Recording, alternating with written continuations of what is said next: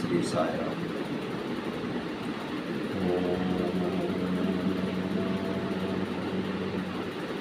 వక్రతుండ మహాకాయ సూర్యకోటి సమప్రభాని ప్రజ్ఞం కుర్మై దేవా సర్వకార్యేషు సర్వదా. ఓం సాయిశ్వరాయ విద్మహే సత్యదేవాయ ధీమహి తన్నో ప్రచోదయాత్. ఓం సాయిశ్వరాయ విద్మహే సత్యదేవాయ ధీమహి తన్నో ప్రచోదయాత్. సాయిశ్వరాయ విద్మహే సత్యదేవాయ ధీమహి తన్నో ప్రచోదయాత్. ఓం శాంతి శాంతి శాంతి. సాయిరామ్. ఈరోజు కర్మ సన్యాస యోగం మనం చెప్పుకుంటున్నాం. ఈ కర్మ సన్యాస యోగంలో నిన్న 11వ శ్లోకం చెప్పుకున్నాం. 11వ శ్లోకం కాయేన మనసా బుద్ధ కేవలైరింద్రియాలపి యోగిన కర్మ కుర్వంతి సంగం తత్వాత్మశుద్ధి అనేసి ఆయన అందులో చెప్పాడు. మనస్సు, బుద్ధి, శరీరం ద్వారా అంతఃకరణ శుద్ధికే కర్మలను మీరు కర్మలు ఆచరించాలి అంటే ఈ 4 సంయమ అంటే ఒకటి. అది ఆత్మ సంయమ యోగం.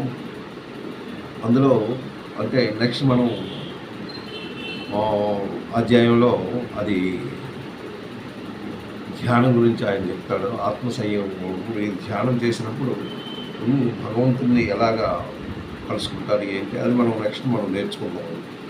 అందులో మనకు తెలుస్తుంది. అయితే ఇందులో ఏంటంటాడు, మీకు మనసు, బుద్ధి, శరీరం,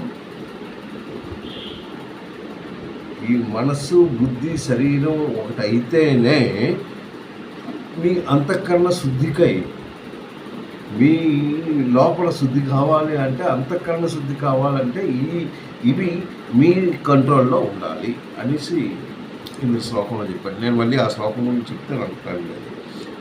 నుంచి 12వ శ్లోకం ఏంటి, భగవంతుడు నెక్స్ట్ మనకి ఏం చెప్పాడు అన్నది మనం దాన్ని చేద్దాం. ఏంటంటాడు అనేసి మనం చేద్దాం. యుక్తం కర్మఫలం త్యక్త్వా శాంతిమాప్నోతి నైష్టికం. యుక్తం కర్మఫలం త్యక్త్వా, యుక్తం కర్మఫలం త్వక్త అంటే ధరించాలి. త్యక్త్వా శాంతిమప్నోతి నైష్టికం. శాంతి మప్నోతి, దెన్ మప్నోతి అంటే అప్నోతి అంటే యూ విల్ గెట్. మీకు పీస్ ఆఫ్ మైండ్ మీకు దొరుకుతుంది. ఎలా దొరుకుతుంది? భగవంతుని ప్రాప్తి అయితే, భగవంతుని ప్రాప్తి చెందినట్టయితే you will get peace of mind అని ఫస్ట్ వాక్యంలో చెప్తున్నాడు. ఎలాగా నీకు మామూలుగా భగవంతుని ప్రాప్తి కావాలంటే నువ్వు ఎలా చేస్తావు? ఈ భగవంతుని ప్రాప్తి మామూలుగా నువ్వు చేస్తే నీకు అవ్వదు. నీ కర్మఫలం నువ్వు చెల్లించాలి. నువ్వు ఏదైతే కర్మలు చేస్తున్నావో ఇదంతా భగవంతుడివి, ఇది నాది కాదు, నాకు ఈ ఫలితం నాకు అవసరం లేదు, ఇదంతా భగవంతుడిదే. ఈరోజు నీకు ఇంత డబ్బు దొరికింది, ఇది ఎవరిది, ఇది భగవంతుడిదే అన్న భావనతో మీరు ఆ కర్మఫలం త్యాగం. ఎలాంటి కర్మ చేస్తారు? దొంగతనం చేయడం అలాంటి కర్మ కాదు. శాస్త్రయుక్తంగా ఏదైతే సత్కర్మలు ఉన్నాయో, ఏవైతే నిష్కామ కర్మలు ఏవైతే ఉన్నాయో ఆ నిష్కామ కర్మలు చేసినట్టయితేనే,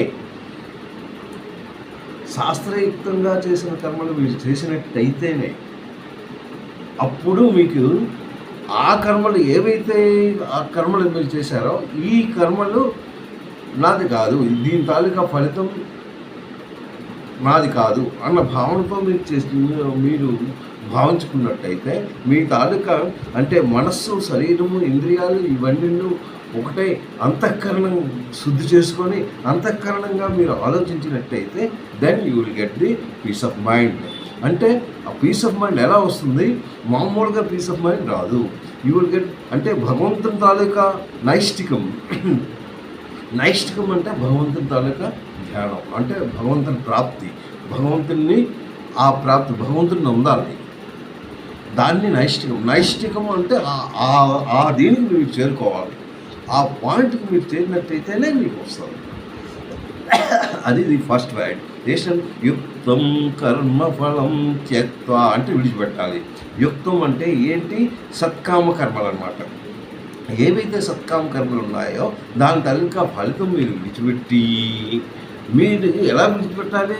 అది నైష్టికం అంటే భగవంతుని ధ్యానంలో ఉండాలి, భగవంతుని చేరువలో ఉండాలి, భగవంతునితో కనెక్ట్ అవ్వాలి. ఆ కనెక్ట్ అయినట్టయితే you will get the peace of mind. ఇంత చక్కగా ఆయన మనకు ఈ శ్లోకాన్ని అందించారంటే ఆ స్వామికి నిజంగానే శతకోటి వందనాలు. మనం చాలా అదృష్టవంతం.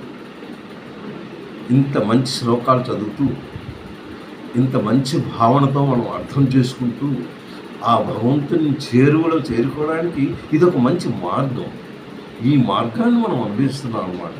ఆ తర్వాత ఇది ఫస్ట్ లైన్. ఈ రెండవ లైన్లో ఏంటన్నాడు? అయుక్తం కామకారేణ. అక్కడ యుక్తం అన్నాడు, ఇక్కడ అయుక్తం అన్నాడు. అంటే ఫుల్ ఆపోజిట్. అయుక్తం అంటే ఎలాంటివి? నిష్కామ కర్మలు అవి. అవి యుక్తం. ఆ యుక్తం ఈ ఈ శ్లోకంలో యుక్తం అంటే ఎన్నో అర్థాలు కూడా ఇంతకు ముందు శ్లోకంలో మనం చదువుకున్నాం.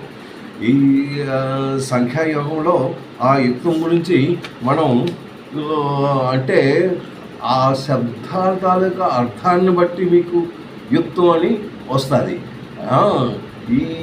ఇందులో ఆ రెండవ అధ్యాయంలో ఏంటంటే కూడింత అనేసి మనకి అక్కడ అర్థమవుతుంది. ఇందులో యుక్తం అంటే సత్కామ కర్మలు. అంటే మీరు మంచి కర్మలు చేసినట్టయితేనే అది దానికి అవుతుంది అనేసి అక్కడ యుక్తం అన్నాడు. ఇక్కడ అయుక్తం. అయుక్తం అంటే మీరు ఇష్టం వచ్చినట్టు కర్మ చేయడు. అయుక్తం కామకారేణ. అక్కడ ఏం చేశాడు? కామకారేణ. కామ అంటే వాంఛలు. మీరు ఏదైతే వాంఛలతో మీరు కర్మ చేస్తారో, ఇది నాకు కావాలి అన్న కర్మ చేస్తారు. ఇది నేను ఈ కర్మ చేసినట్టయితే నాకు ఈ ఫలితం దొరుకుతుంది అన్న భావనతో పరిగెడుతూ ఉంటారు. దేని గురించి? వాంఛలు, కోరికలు. ఆ కోరికలు లోపల పెరుగుతూనే ఉంటాయి. దాని గురించి మీరు పరిగెట్టి కర్మలు చేస్తారు. కర్మలు చేసి ఏదో తెచ్చుకుంటారు, ధనం, కొంత డబ్బులు కూడా వేసుకుంటారు, లేకపోతే మీరు ఒక హౌస్ని కట్టుకుంటారు, లేకపోతే ఏదో ఒక విధంగా అన్న భావనతో దేనితోని ఆ వాంఛలతో మీరు కామ చేస్తారు.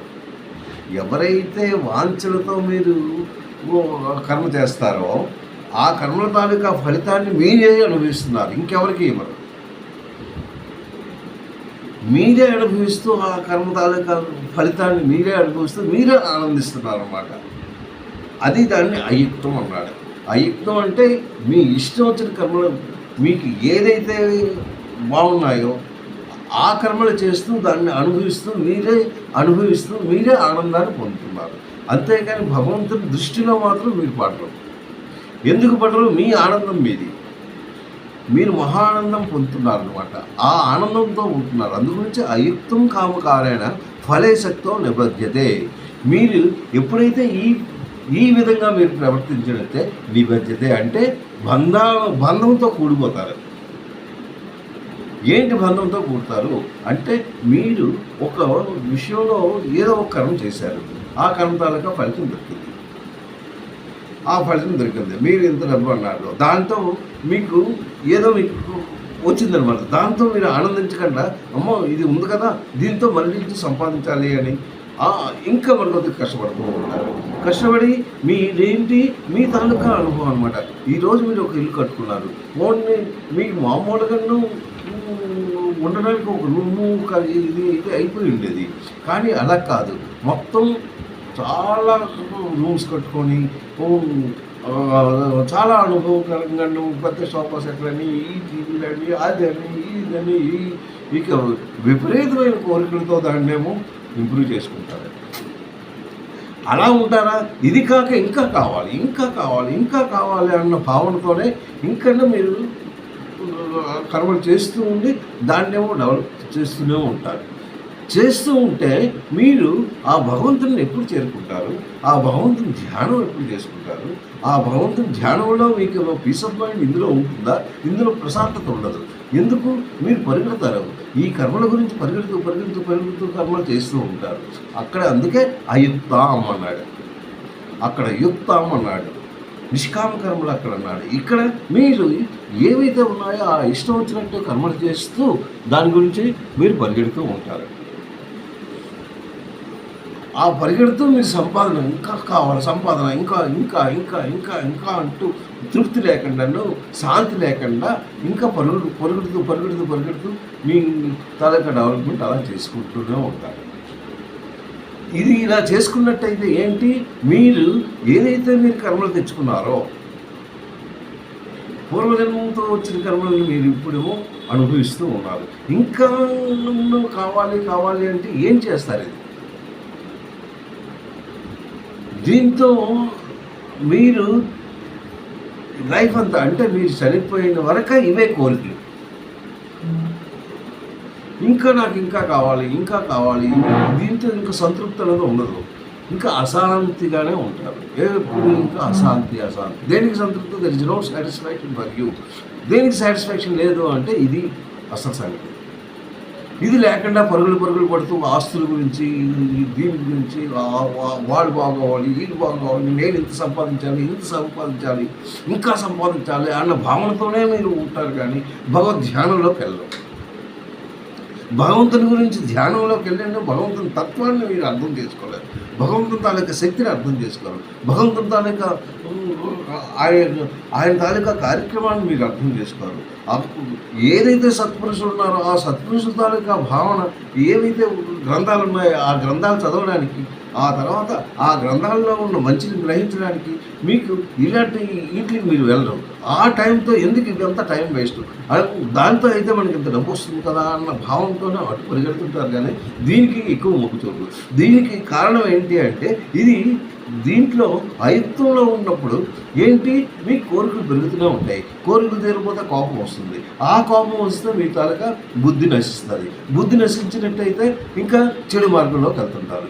ఇది లేకుండా మంచి మార్గంలోకి వెళ్ళాలి అంటే శాస్త్రయుక్తంగా ఉన్న కర్మలు చేస్తూ, ఆ కర్మలు చేస్తూ మీ తాలూకా ఫలితాన్ని విడిచిపెడుతూ భగవద్ ధ్యానంలోకి వెళ్ళినట్టయితే మీకు శాంతిని ఏర్పడుతుంది. ఇది ఎప్పుడు అశాంతిగా ఉంటూ దీనిలో బంధంగా ఉండిపోతారు. ఏంటి ఆ బంధం అంటే, ఈ జన్మలో ఎందుకు మీ తాలూకా కోరికలు తీరలేదు, ఇంకా కావాలి ఇంకా కావాలి అన్న భావనతోనే ఉంటారు. అప్పుడు మొత్తం మీ తాలూకా లైఫ్ ఎండింగ్ అయిపోతుంది. ఎండింగ్ అయిపోయినా కోరికలు మాత్రం లోపల ఉన్నాయి. అందు గురించి మరొక జన్మ ఎత్తడానికి తప్పదు. ఇది జన్మల బంధంలో పడిపోతారు. ఈ బంధంలో పడిపోయినప్పుడు ఇంకా భగవంతుని దగ్గర భగవద్ ధ్యానంలోకి వెళ్ళారు అన్న భావనతో ఈ శ్లోకం చెప్పాడు. ఏంటంటాడు, యుక్తం కర్మఫలం త్యక్త్వా శాంతిమాప్నోతి నైష్టికం. నైష్టికం అంటే భగవంతుని ప్రాప్తి. ఆ భగవంతుని తాలూకా ప్రాప్తి గురించి మీరు ఎప్పుడు ప్రయత్నించరు. ఎప్పుడు మీరు భగవంతుని ప్రాప్తి అవుతుందంటే, మీరు సత్కర్మలు చేస్తూ మంచి కర్మలు చేస్తూ ఆ ఫలితాన్ని ఆశించగలట భగవంతుల్లో పెడుతూ భగవద్ ధ్యానంలో ఉండి, ఇది నాకు ఈరోజు ఇంతే ఇచ్చావు, దీంతో నాకు చాలు, ఇది నా గురించి నా జీవనోపాధి నాకు చాలు, నాకు సౌకర్యాలు వద్దు, నాకు సుఖం గురించి నాకు ఇంకే వద్దు, నా శరీర పోషణ గురించి నాకు ఏదైతే దొరుకుతుందో it is enough to me అన్న భావనతో చేసినట్టయితే మీరు నలుగురికి సహాయం చేయొచ్చు, నలుగురికి ఇది చేయొచ్చు, అన్నీ చేయొచ్చు. అదే ఇక్కడ చెప్పింది. అందులో శాంతి ఏర్పడుతుంది. ఇందులో అక్కడ యుక్త అన్నాడు, ఇక్కడ అయుక్త అన్నాడు. ఇందులో శాంతి నీకు ఏర్పడదు అంటే దెర్ ఇస్ నో సాటిస్ఫాక్షన్. ఆ తర్వాత ఈ బంధంలో పడిపోతారు. అంటే ఈ జన్మ నెక్స్ట్ జన్మ తాలూకా బంధాల్లో పడిపోతూ చిక్కుకుంటూ ఈ కోరికలతో సతమతం అవుతూ ఉంటారు అన్నమాట. అది ఇందులో చెప్పారు. సాయిరామ్. తప్పుడు క్షమించండి.